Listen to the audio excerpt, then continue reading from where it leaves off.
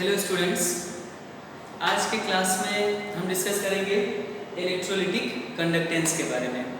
मतलब electrolytic conductance होता क्या है इसके बारे में देखेंगे और फिर ये देखेंगे कि जो इलेक्ट्रोलिटिक कंडक्टेंस है ये किन किन फैक्टर्स पर डिपेंड करता है। ठीक है, तो सबसे पहले इलेक्ट्रोलिटिक कंडक्टेंस को हम समझते हैं। इसको कहा जाता है इलेक्ट्रोलिटिक कंडक्टेंस। देखिए, मान लीजिए हमारे पास एक इलेक्ट्रोलिटिक सेल है। मान लिया जाए हमारे पास एक इलेक्ट्रोलिटिक सेल है और इस इलेक्ट्रोलिटिक सेल के अंदर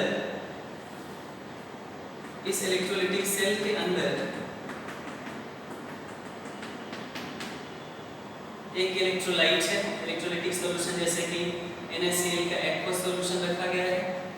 मतलब इसके अंदर क्या चीज का आयंस होगा, Na+ का आयंस होगा और Cl- का आयंस होगा और इसको बैटरी से जोड़ दिया गया है। इस तरीके से कुछ जोड़ दिया गया है।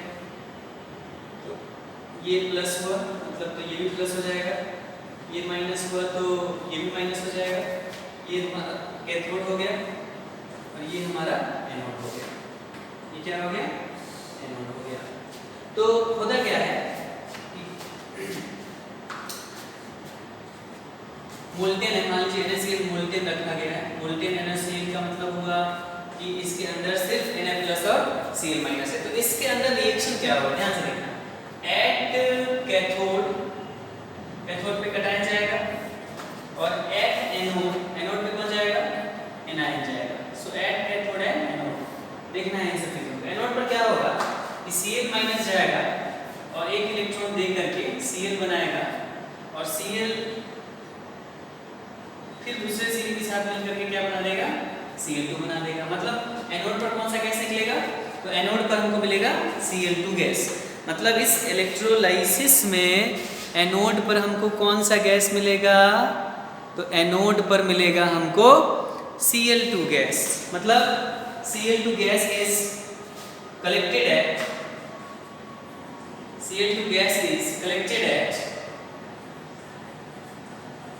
एनोड। कैथोड पर क्या होगा? ये जो Na+ है, ये Na+ कैथोड के पास जाएगा और कैथोड के पास जाकर के ये क्या करेगा? एक इलेक्ट्रॉन लेगा और सोडियम मेटल की प्राप्ति करेगा। मतलब sodium metal is obtained at anode. ये बात आप बहुत पहले से जानते हैं, ऑब्टेन्ड एट कैथोड। ये इलेक्ट्रोलाइसिस में आपको मैंने क्लास में बताया हुआ था। अब इसमें क्या होगा कि इलेक्ट्रोलिटिक कंडक्टेंस समझना है तो आप ऐसे समझो कि ये जो क्लोरीन माइनस गया है ये किधर गया है? एनोड पर गया है। एनोड पर जाकर के इलेक्ट्रॉन को रिलीज किया है, एक इलेक्ट्रॉन को रिलीज किया है। यही इलेक्ट्रॉन ऐसे चलते इलेक्ट्रॉन किधर से किधर चला है? एनोड से कैथोड की ओर चला है और चलते इलेक्ट्रॉन यहाँ आया है। अब यही इलेक्ट्रॉन जो यहाँ था, मतलब Cl- एक इलेक्ट्रॉन दे रहा था और एक इलेक्ट्रॉन देने के बाद वो इलेक्ट्रॉन एनोड पर आया और एनोड पर आते किधर चला आया? इस वायर के रास्ते वो आया कैथोड पर। अब वो कैथोड पर आकर के Na+ उसी इलेक्ट्रॉन को प्राप्त कर लेगा और प्राप्त करके क्या बना देगा? Na बना देगा। मतलब हमारे कहने का मतलब है कि ये जो इलेक्ट्रोलाइसिस की प्रोसेस है इसमें इलेक्ट्रॉन का जो मूवमेंट है वो किधर से किधर हो रहा है?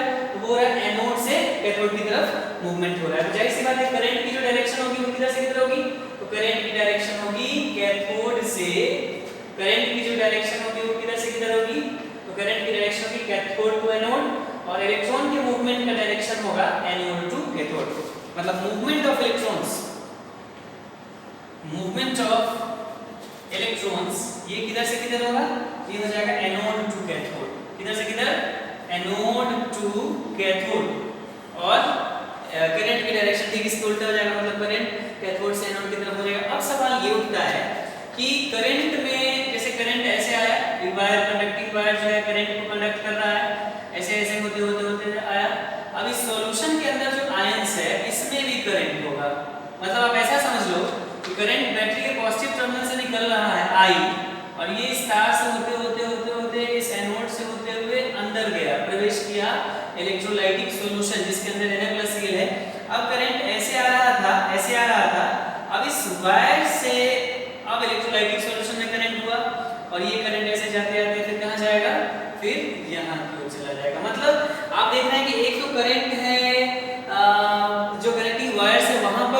और दूसरा ये जो आयंस है ये भी करंट को कंडक्ट करा रहे हैं, मतलब current is in outer conducting path. जो ये वायर है इसमें भी करंट है, तो ये कंडक्टर का काम कर रहे हैं। साथ में करंट अंदर भी है, ये जो सॉल्यूशन है इलेक्ट्रोलाइटिक सॉल्यूशन, इसके अंदर भी करंट है। तो क्या ये इलेक्ट्रोलाइटिक सॉल्यूशन जो है कंडक्टर का काम कर रहा है? बिल्कुल, मतलब हियर इलेक्ट्रोलाइटिक सॉल्यूशन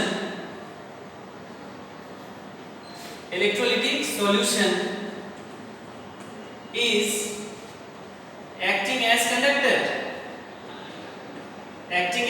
conductor। किसकी वजह से? आयंस की वजह से। आयंस यहाँ पर करंट को कंडक्ट करा रहा है, मतलब ions inside the electrolytic solution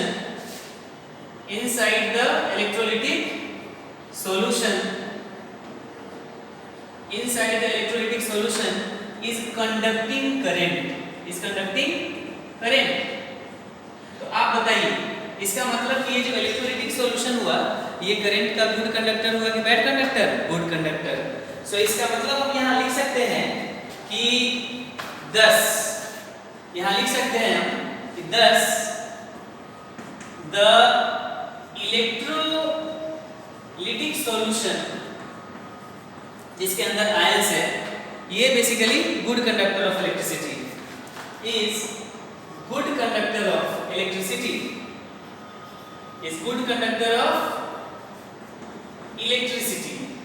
इसीलिए जो भी चीज करंट का गुड कंडक्टर होता है उसका अपना रेसिस्टेंस का वैल्यू होता है और उसका अपना कंडक्टेंस का वैल्यू होता है। तो हम ये बात जान गए कि ये जो इलेक्ट्रोलाइसिस की प्रोसेस थी इसमें करंट बाहर वाला जो वायर है इसमें भी फ्लो हो रहा था। करंट का डायरेक्शन किधर से किधर था? कैथोड से एनोड की तरफ। और करंट ऐसे होते हुए सॉल्यूशन के अंदर से भी मूव कर रहा था करंट, माने सॉल्यूशन भी करंट को कंडक्ट करा रहा था। तो सॉल्यूशन को भी हम बोल सकते हैं it is also conductor of current, good conductor of current. तो electrolytic solution are good conductor of current. और जो भी चीज कंडक्टर होता है उसका अपना रेजिस्टेंस का वैल्यू होता है, अपना कंडक्टेंस का वैल्यू होता है। तो आप बताइए कि ये जो सॉल्यूशन है इलेक्ट्रोलाइटिक सॉल्यूशन, क्या इसका अपना रेजिस्टेंस का वैल्यू होगा? रेजिस्टेंस जिसको हम R बोलते हैं, बिल्कुल इसका अपना रेजिस्टेंस होगा। क्या इसके कंडक्टेंस का वैल्यू होगा? बिल्कुल, जो भी चीज कंडक्टर होगा तो उसका कंडक्टेंस का वैल्यू होगा ही। कंडक्टेंस और रेजिस्टेंस में इनवर्सली प्रोपोर्शनल का रिलेशन होता है। मतलब आप ऐसा समझ लीजिए कि अभी हमने देखा कि ये जो इलेक्ट्रोलाइटिक सॉल्यूशन है इसके अपने रेजिस्टेंस का वैल्यू है, बिल्कुल, और इसके अपने कंडक्टेंस को G से रिप्रेजेंट करते हैं। कंडक्टेंस का मतलब करंट को कंडक्ट कराने की एबिलिटी को नापा जाता है कंडक्टेंस के रूप में, उसको G से रिप्रेजेंट करते हैं। तो इसके G का भी वैल्यू होगा और G जो है ये 1/R के बराबर होता है, मतलब इनवर्सली प्रोपोर्शनल रिलेशन होता है। जिसका R का वैल्यू बहुत ज्यादा होगा उसका G का वैल्यू कम होगा, जिसका R का वैल्यू बहुत कम होगा G का वैल्यू बहुत ज्यादा होगा। एग्जांपल के तौर पर अगर ये इलेक्ट्रोलाइटिक सॉल्यूशन लेते हैं, इसका अगर रेजिस्टेंस बहुत ज्यादा है तो इसका कंडक्टेंस बहुत कम होगा। तो ये बात तो समझ में आ गया आपको कि इलेक्ट्रोलाइटिक सेल के अंदर जो एक्वस सॉल्यूशन रखा है या मोल्टेन सॉल्यूशन रखा है, मोल्टेन चीज रखा हुआ है, यहाँ पर किसी भी कंपाउंड का मोल्टेन फॉर्म रखा हुआ है या एक्वस सॉल्यूशन रखा हुआ है, तो उसके अंदर आयंस की वजह से वह जो सॉल्यूशन है या molten form of that compound वो गुड कंडक्टर ऑफ करंट हो जाता है, इसलिए उसका अपना रेजिस्टेंस का वैल्यू होता है, उसके अपने कंडक्टेंस का वैल्यू होता है। तो सवाल उठता है कि व्हाट इज इलेक्ट्रोलाइटिक कंडक्टेंस। सबसे पहले तो पूछा जाए कि व्हाट इज इलेक्ट्रोलाइटिक कंडक्टेंस। सवाल उठा, ये बात तो समझ गए कि इसका अपना रेजिस्टेंस होगा, इसका अपना कंडक्टेंस होगा, but how to define electrolytic conductance. तो इसको हम ऐसे डिफाइन कर सकते हैं, electrolytic conductance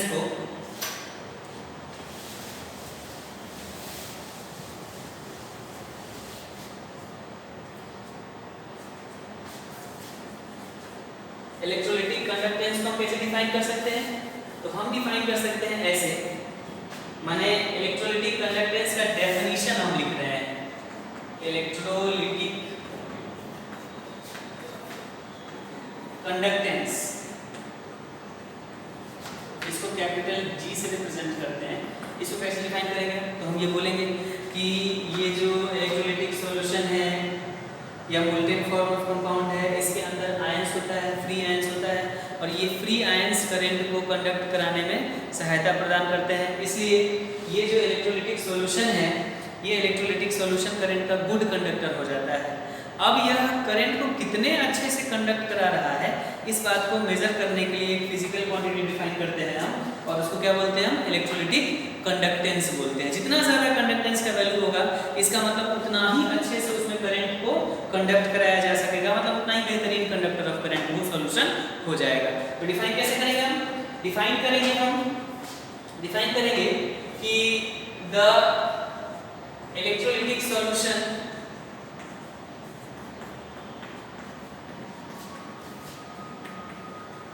contains free ions, due to which it can conduct electricity या electric current. Hence electrolytic solution are good conductor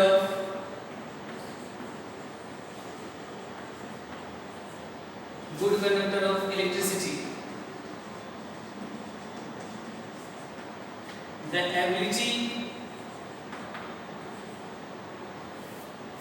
The extent to which they can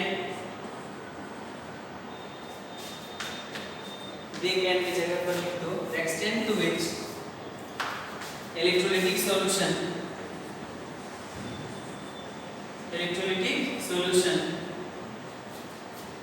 conducts electricity या electric current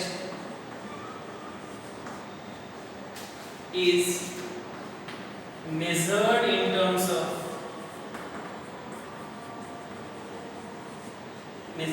terms of conductance. Higher is the conductance, higher is the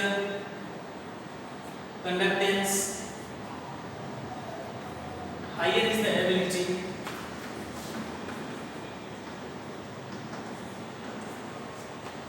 higher is the ability to conduct electric current.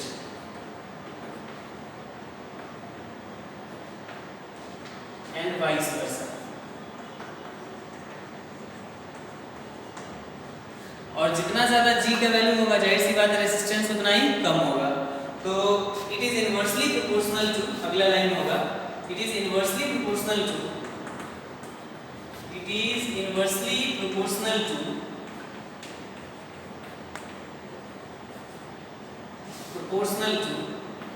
resistance. Inversely proportional की जगह पर सीधे लिख दो, it is reciprocal of resistance. It is reciprocal of, मतलब G जो है ये 1/r के बराबर होता है। R का वैल्यू डाउन होगा, मतलब अप होगा तो G का वैल्यू डाउन होगा, R का वैल्यू डाउन होगा तो G का वैल्यू अप होगा, उल्टा रिलेशन चलता है। तो इसी G को इस सॉल्यूशन का, मैंने इलेक्ट्रोलिटिक सॉल्यूशन जो है या मोल्टेन फॉर्म में, कोई भी कंपाउंड का मोल्टेन फॉर्म है, तो वो जो मोल्टेन फॉर्म का बात कर लेंगे इलेक्ट्रोलिटिक सॉल्यूशन का, उसी का कंडक्टेंस हम डिफाइन करते हैं।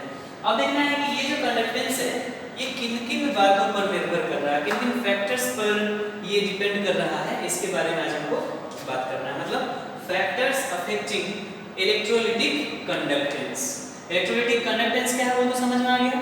कोई भी जो इलेक्ट्रोलिटिक सॉल्यूशन है या किसी कंपाउंड का मोल्टेन फॉर्म, वो करंट को कंडक्ट कराता है। कितने अच्छे से कंडक्ट कराएगा, इस बात को मेजर करने के लिए एक फिजिकल क्वांटिटी डिफाइन किया गया है, उसी को हम क्या बोलते हैं? उसी को बोलते हैं इलेक्ट्रोलिटिक कंडक्टेंस। कैपिटल G से उसको हम रिप्रेजेंट करते हैं। ठीक है, अब आगे बढ़े। अब देखना है factors affecting electrolytic conductance.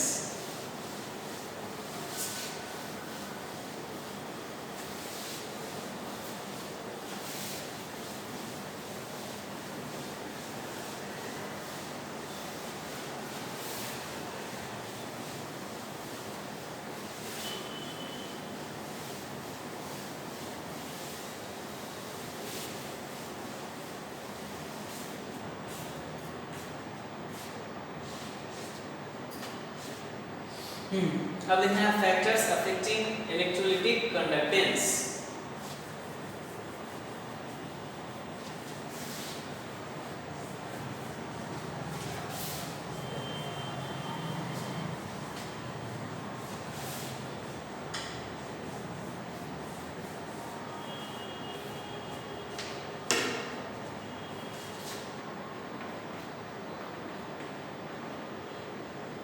Factors affecting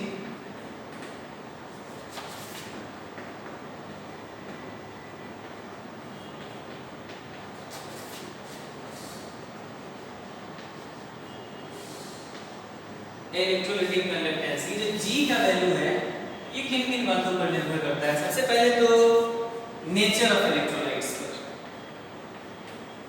पहला क्या है? Nature of electrolytes. Nature of electrolytes कहते हैं क्या मतलब हुआ? मान लीजिए हमारे पास दो इलेक्ट्रोलाइट्स हैं, यहाँ पर हम बता देते हैं। जैसे कि हमने इस सेल के अंदर, ये जो सेल है, इस सेल के अंदर माने इलेक्ट्रोलाइटिक सेल जिसको हम बोलते हैं, इस इलेक्ट्रोलाइटिक सेल के अंदर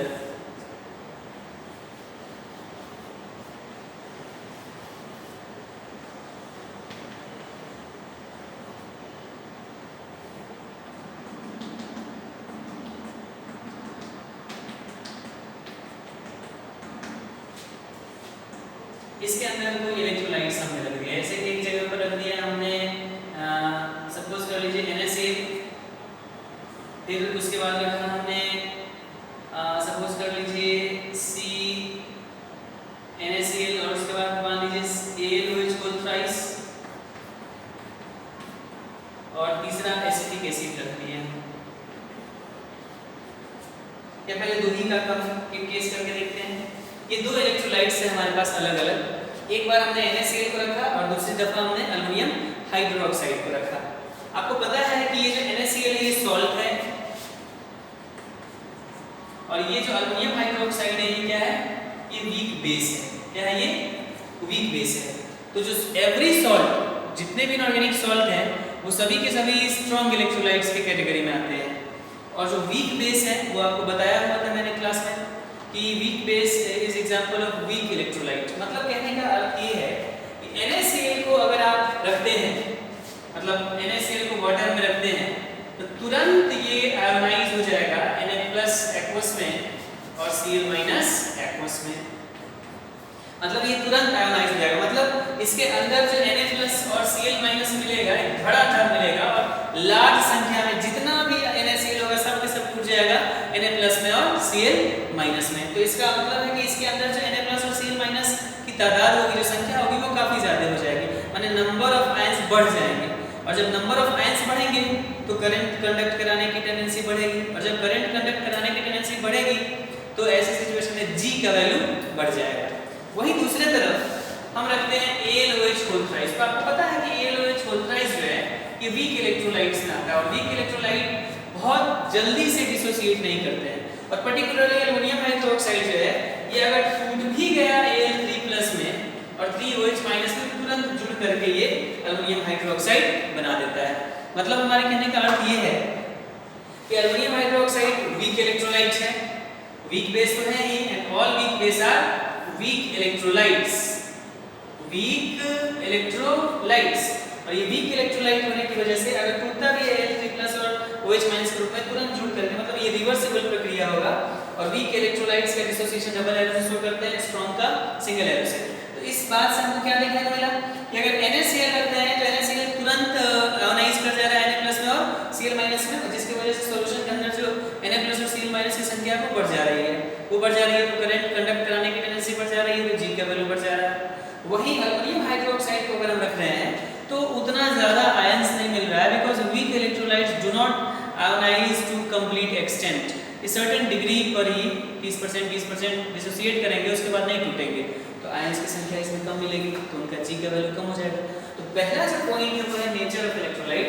नेचर ऑफ इलेक्ट्रोलाइट का मतलब जितने भी स्ट्रॉन्ग इलेक्ट्रोलाइट्स होंगे वो बहुत ही अच्छे से टूटेंगे, तो उनका G का वैल्यू ज्यादा होगा, माने they have higher value of electrolytic conductance और जितना भी वीक इलेक्ट्रोलाइट है उनका जो इलेक्ट्रोलाइटिक कंडक्टेंस का वैल्यू है वो क्या होगा, लो होगा। सो ऑल स्ट्रॉन्ग इलेक्ट्रोलाइट्स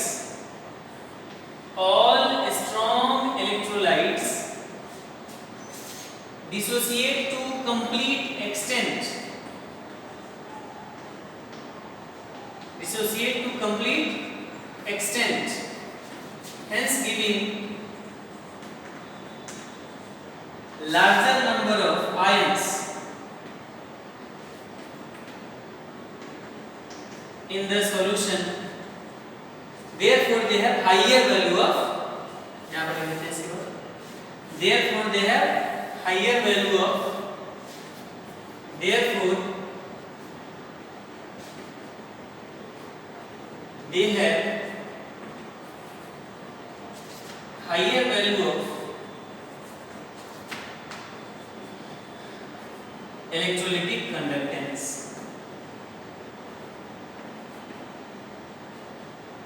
और जो वीकर होगा वो जल्दी टूटेगा नहीं, तो वीकर इलेक्ट्रोलाइट का जो वैल्यू, जो जी का वैल्यू होगा वो क्या होगा, लो होगा।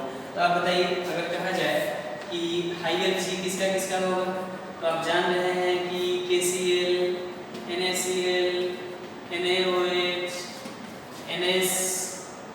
KOH, H2SO4, ये जितने भी हैं ये सब बहुत अच्छे से टूटते हैं प्लस माइनस में, इसलिए इनका जी का वैल्यू बहुत हाई होगा। वहीं दूसरी तरफ CaOH को ट्वाइस, MgOH को ट्वाइस या AlOH को थ्राइस या फिर HCOOH, फॉर्मिक एसिड, etc, ये सब वीक इलेक्ट्रोलाइट है। और वीक इलेक्ट्रोलाइट होने की वजह से इनका जो जी का वैल्यू होगा वो क्या होगा, वीक इलेक्ट्रोलाइट होने की वजह से इनका जो जी का वैल्यू होगा वो लोअर होगा, जी का जो वैल्यू होगा वो क्या होगा, लोअर होगा। इसलिए पहला पॉइंट है नेचर ऑफ इलेक्ट्रोलाइट, तो जितने भी स्ट्रॉन्ग इलेक्ट्रोलाइट्स होंगे उनका जी का वैल्यू हायर होगा, माने ये कह लीजिए कि उनका इलेक्ट्रोलाइटिक कंडक्टेंस हाई होगा। दूसरा पॉइंट है साइज ऑफ आयंस। दूसरा कौन सा पॉइंट है भाई, तो दूसरा पॉइंट है साइज ऑफ आयंस। आयंस के साइज पर भी डिपेंड करता है, आयन के साइज पर भी डिपेंड करता है हमारा इलेक्ट्रोलाइटिक कंडक्टेंस का वैल्यू।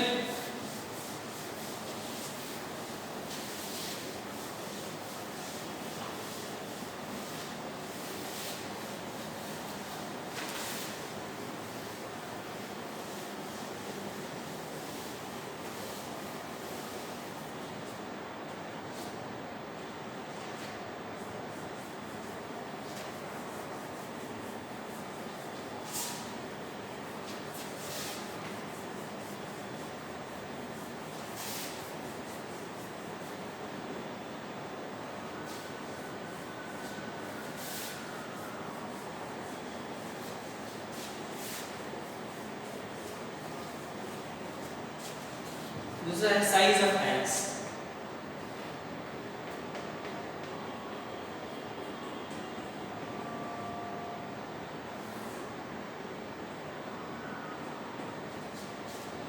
दूसरा है साइज ऑफ आयंस। साइज पर निर्भर करता है। देखिए एक चीज हम आपको बता देते हैं, जैसे कि साइज की बात करें,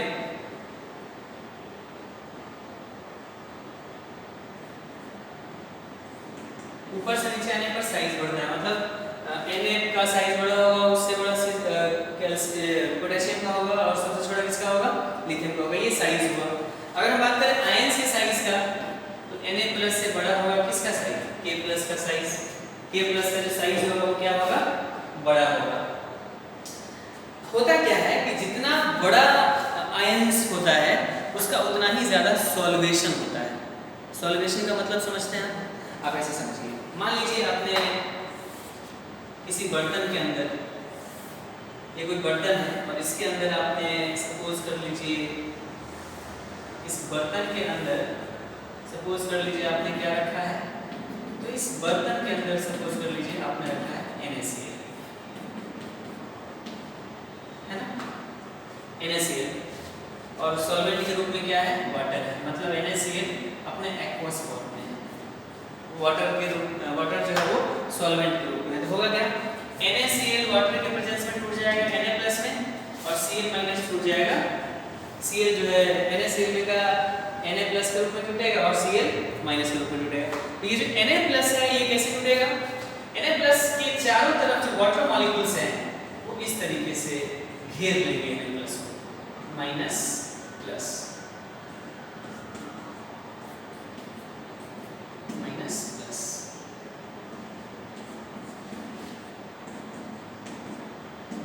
हुआ क्या? ये Na प्लस और इस ऑक्सीजन माइनस के बीच में अट्रैक्शन हो जाएगा, इस ऑक्सीजन माइनस इस Na प्लस के बीच अट्रैक्शन हो जाएगा, इसके बीच अट्रैक्शन हो जाएगा। मतलब आप ये समझ लीजिए कि इस Na प्लस को चारों तरफ से ऑक्सीजन माइनस वाला जो पार्ट है वो इसके साथ अट्रैक्ट हो जाएगा। मैंने ऐसा लगेगा जैसे कि Na प्लस को चारों तरफ से H2O मॉलिक्यूल ने सराउंड कर लिया है, जिसमें हेड जो है वो कौन है? ऑक्सीजन की तरफ है। ऑक्सीजन का माइनस Na का प्लस एक दूसरे की तरफ खिंचा हुआ है। मतलब ऐसा लग रहा है जैसे एक Na प्लस आयन को अगर ऐसे बनाया हम तो इसके चारों तरफ वाटर मॉलिक्यूल इस तरीके से इसको घेर करके रख लिया है। तो ये जो चारों तरफ सराउंड कर लिया H2O मॉलिक्यूल से Na प्लस को, इस घटना को हम बोलते हैं सॉल्वेशन। मतलब इसका मूवमेंट को थोड़ा सा ब्लॉक कर दिया एक तरह से, चारों तरफ से उसको सराउंड करके रख लिया, तो ऐसे घटना को बोलते हैं हम सॉल्वेशन। और इसमें कुछ एनर्जी का भी एक्सचेंज होता है तो इसको एंथैल्पी ऑफ सॉल्वेशन बोलते हैं। उसी तरह से अगर Cl माइनस की बात करें तो इसको भी घेरा होगा कौन? तो H2O में का जो H प्लस है, ध्यान से देखो बच्चों, H2O में का जो H प्लस है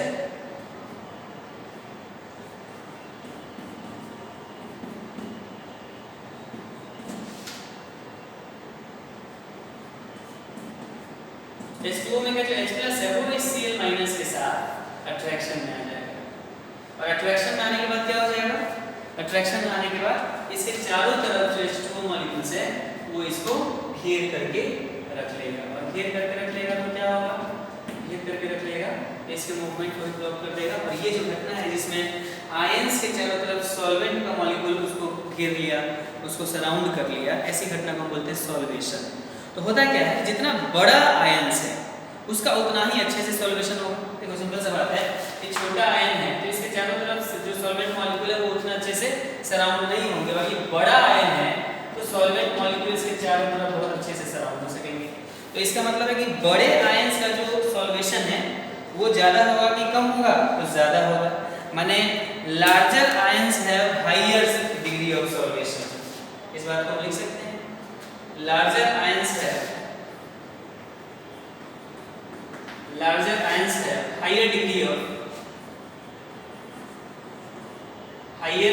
of solution।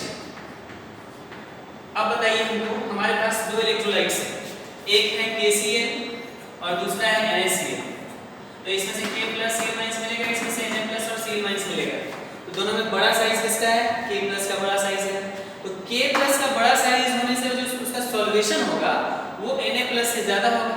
और जब K प्लस का सॉल्वेशन ज्यादा होगा माने K प्लस चारों तरफ से H2O से बहुत अच्छे से घिरा जाएगा। और जब वो घिरा जाएगा तो उसका मूवमेंट ब्लॉक हो जाएगा। और जब मूवमेंट ब्लॉक हो जाएगा, जब आयंस का मूवमेंट उतना अच्छा नहीं रहेगा तो वो करंट को कैसे कंडक्ट करेगा? इसका मतलब करंट के कंडक्टिविटी पे नेगेटिव असर पड़ेगा। माने हमारे कहने का अर्थ ये है कि अगर NaCl और KCl दोनों रखते हैं आप तो इस K प्लस का ज़्यादा सॉल्वेशन होगा और इस Na प्लस का कम सॉल्वेशन होगा। माने ऑर्डर ऑफ सॉल्वेशन की अगर बात करें हम, ऑर्डर ऑफ सॉल्वेशन की बात करें हम तो यहाँ पर Na प्लस का सॉल्वेशन कम होगा और K प्लस का सॉल्वेशन ज़्यादा होगा। इसका मतलब कि K प्लस का मूवमेंट कम होगा तो करंट को उतने अच्छे से नहीं कर पाएगा, कंडक्टिविटी लो हो जाएगा। जबकि Na प्लस का सॉल्वेशन उतना अच्छा से नहीं हुआ है तो ये अभी कुछ हद तक फ्री है चलने के लिए। और जब आयन मूव करेगा तभी तो करंट की एस्टेब्लिशमेंट होगी। मतलब इस Na का जो G का वैल्यू होगा कंडक्टेंस का वो बड़ा हो जाएगा और K प्लस का G का वैल्यू कम हो जाएगा। माने कहने का मतलब होगा कि NaCl और KCl में किसका कंडक्टेंस का वैल्यू ज्यादा होगा? तो NaCl के कंडक्टेंस का वैल्यू ज्यादा होगा। माने ऑर्डर ऑफ इलेक्ट्रोलिटिक कंडक्टेंस की अगर हम बात करें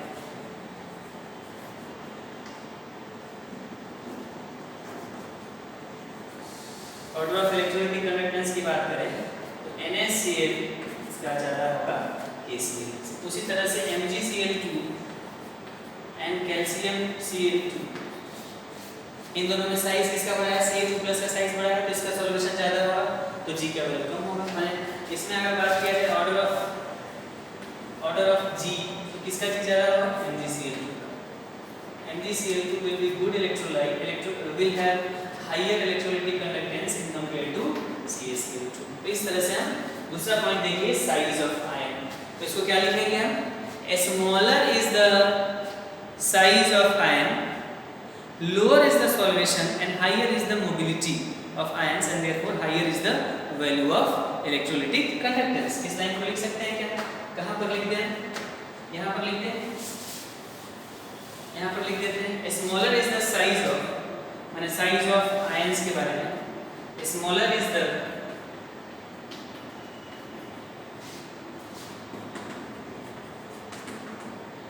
size of ion, lower is the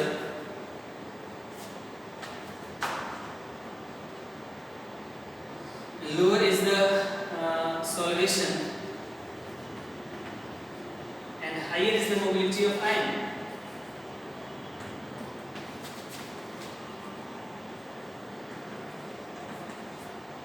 Higher is the mobility of ion and hence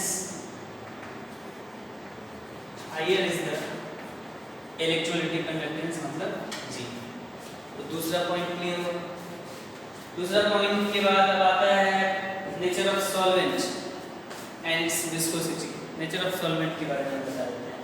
ये दो बार तो सॉल्यूट का था। पहला तो सॉल्यूट का साइज, जितना आयन का साइज छोटा होगा उतना ही अच्छा कंडक्टेंस होगा, और दूसरा था नेचर ऑफ सॉल्यूट, जो जितना स्ट्रॉन्ग इलेक्ट्रोलाइट होगा उतना ही अच्छे से टूटेगा तो उतना ही अच्छे से उसका G का वैल्यू होगा। ठीक है, आई होप ये दो बातें समझ में आई। अब उसके बाद है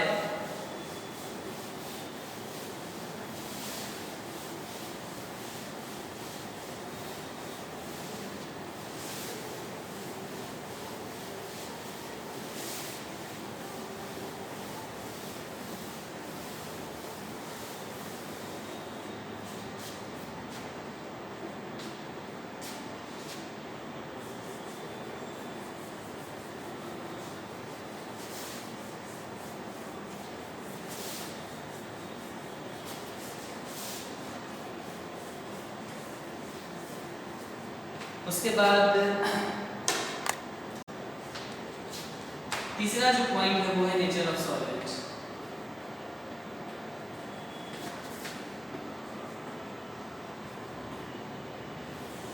नेचर ऑफ सॉल्वेंट, सॉल्वेंट जैसे कि हमारे पास सॉल्वेंट दो तरह के हैं, कार्बन टेट्राक्लोराइड और एक वाटर।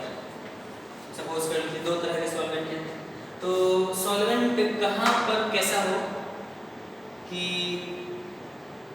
जो G का वैल्यू है वो बड़ा है। तो देखिए बड़ा सिंपल सा बात है, जो पोलर सॉल्वेंट होगा वो उतने, पोलर सॉल्वेंट में जो सॉल्यूट होता है वो बहुत अच्छे से डिसोसिएट हो जाता है, पोलर सॉल्वेंट का नेचर होता है, और जो नॉन पोलर सॉल्वेंट होता है उसमें डिसोसिएशन पॉसिबल नहीं होता है। ठीक है, तो हमारे कहने का मतलब है कि जो पोलर सॉल्वेंट होगा उसके अंदर आयंस बहुत ज़्यादा मिलेगा आपको, क्योंकि डिसोसिएशन बहुत अच्छे से हुआ है, और आयंस ज़्यादा मिलेगा तो आयंस का जो करंट कंडक्ट करने की टेंडेंसी होगी वो भी बढ़ जाएगा। तो जाहिर सी बात है जब वो बढ़ जाएगा तो कंडक्टेंस का वैल्यू बढ़ जाएगा। और नॉन पोलर सॉल्वेंट में अगर हम बात करें तो आयंस नहीं मिलेंगे, आयंस नहीं मिलेंगे तो जो इलेक्ट्रोलिटिक कंडक्टेंस का वैल्यू है वो क्या हो जाएगा? कम हो जाएगा, और वो कम हो जाएगा तो उनकी G की वैल्यू कम हो जाएगी। माने नेचर पर भी डिपेंड करता है। पोलर सॉल्वेंट है higher value of G and non polar solvent है, नॉन पोलर सॉल्वेंट है, इन दोनों में अगर पहचाना जाएगा कौन सा पोलर है कौन सा नॉन पोलर, ये पोलर है, इसमें मोर आयंस मिलेंगे तो G का वैल्यू क्या होगा? बढ़ जाएगा।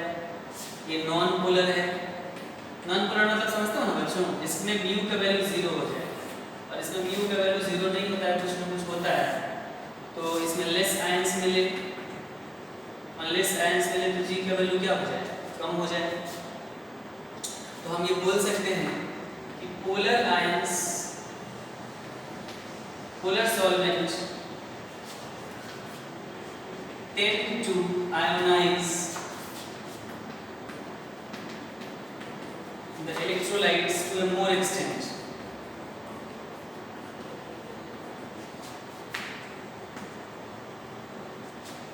to a larger extent.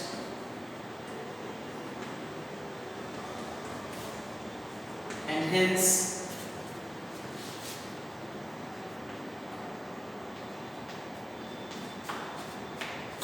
it will have higher value of, it will have मतलब सॉल्वेंट के लिए ये नहीं होगा, G तो आयंस के लिए डिफाइन होता है, तो उस आयन के लिए G डिफाइन होगा जो इस पोलर सॉल्वेंट में घुला हुआ है, समझ रहे हैं ना। So and it will have higher value of G। जैसे एग्जांपल के तौर पर हमने NaCl को घुला दिया, एक बार वाटर में घुलाया इसको NaCl को, इसका G नोटिस किया, फिर दूसरी दफा हमने इसी NaCl को कहाँ डिसॉल्व करा दिया, कार्बन टेट्राक्लोराइड में डिसॉल्व कराया। तो ऐसे सिचुएशन में क्या हो जाएगा, ऐसे सिचुएशन में इसमें G का वैल्यू ज़्यादा हो जाएगा, ये नॉन पोलर है ये पोलर है, तो G का वैल्यू यहाँ ज़्यादा हो जाएगा। तो सॉल्वेंट पर भी डिपेंड करता है। उसके बाद चौथा पॉइंट है concentration of solution. Concentration of solution देखिए,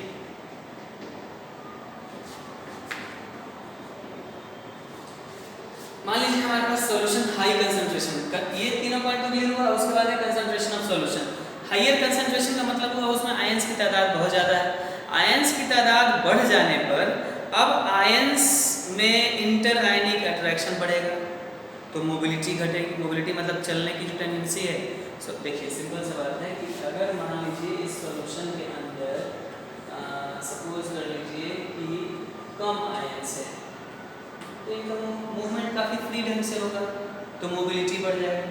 अब उसी सॉल्यूशन के अंदर बहुत सारे इस तरह के आयंस हैं, एक तो इंटर आयनिक इंटरेक्शन होगा, मतलब Na+Cl- के साथ अट्रैक्ट कर लेगा, Na+Cl- को अट्रैक्ट कर लेगा, फिर ये Cl- दूसरे Na+ को अट्रैक्ट कर लेगा, फिर उसी तरह से ये इस Na+ को अट्रैक्ट कर लेगा, फिर ये Cl-, मतलब जितने भी ज़्यादा से ज़्यादा आयन होंगे तो उनका इंटर आयनिक इंटरेक्शन बढ़ेगा। तो जाहिर सी बात है अब सारे आयंस एक दूसरे से इंटरेक्शन में है, फोर्स ऑफ अट्रैक्शन से जुड़े हुए हैं, अब वो उतना फ्री नहीं है, तो मोबिलिटी घट गई। मतलब भीड़ में अगर कहा जाए कि आदमी के चलने की मोबिलिटी ज़्यादा होती है कि कम होती है, ज़्यादा नहीं होती है, कम होती है। भीड़ में लोग से लोग टकराते हैं, इंटरेक्शन होता है, तो फ्रीडम ऑफ मोबिलिटी घट जाता है। उसी तरह से अगर सॉल्यूशन हायर कंसंट्रेशन है तो उसके अंदर जो आयंस है वो काफ़ी ज़्यादा संख्या में है, जिसकी वजह से इंटर आयनिक इंटरेक्शन बहुत ज़्यादा है, और इंटर आयनिक इंटरेक्शन ज़्यादा होने से जो मोबिलिटी है वो घट जाएगी, तो कंडक्टेंस का वैल्यू क्या हो जाएगा, घट जाएगा। हाँ, उसी में पानी मिला दीजिएगा, डाइल्यूट हो जाएगा, तो अब जो आयन से कुछ दूर पर होंगे तो इंटर आयनिक जो इंटरेक्शन है वो कम हो जाएगा, और वो कम हो जाएगा तो मोबिलिटी बढ़ जाएगा, और मोबिलिटी बढ़ जाएगा तो क्या हो जाएगा, G का वैल्यू बढ़ जाएगा। मतलब हमारे कहने का अर्थ है कि concentrated solution will have lower value of electrolytic conductance since there is a lower value of mobility, माने inability of movement of ions। इस वजह से हम बोल सकते हैं कि कंसंट्रेटेड सॉल्यूशन का जो G का वैल्यू है कम होगा, और डाइल्यूट सॉल्यूशन का क्या होगा, ज़्यादा होगा। तो ये चौथा पॉइंट था concentration of solution. Higher is the concentration of solution, lower is the electrolytic conductance. बोल सकते हैं, क्या बोल सकते हैं, higher is the concentration of solution, lower is the electrolytic conductance।